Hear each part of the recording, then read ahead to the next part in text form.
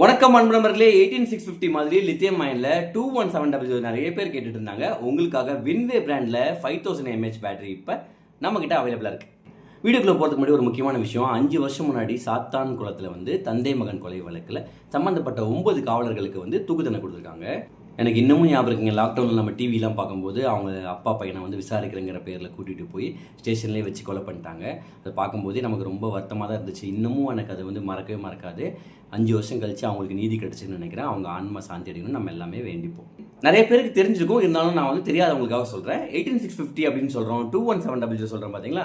அது எப்படின்னா 18650 அப்படின்னா 18 mm டயா, 65 mm ஹைட்டு.